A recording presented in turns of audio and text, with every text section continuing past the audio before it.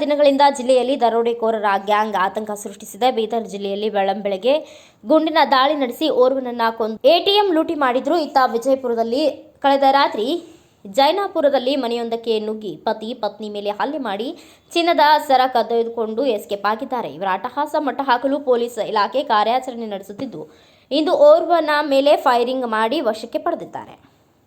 ಕನಕದಾಸ ಬಡಾವಣೆಗೆ ನುಗ್ಗಿದ 4ರನ್ನ ಬಂಧಿಸಲು ಪ್ಲಾನ್ ಮಾಡಲಾಗಿತ್ತು, ಆದರೆ ಆಗಿರಲಿಲ್ಲ. ಬೇರೊಂದು ಕಳ್ಳತನಕ್ಕೆ ಬಂದಿದ್ದಾಗ ನಗರದ ಹೊರವಲಯದ ಸ್ಪಂದನ ಆಸ್ಪತ್ರೆ ಹತ್ತಿರ ಗುಂಡಿನ ದಾಳಿ ನಡೆಸಿ ಓರ್ವನನ್ನ ವಶಕ್ಕೆ ಪಡೆಯಲಾಗಿದೆ.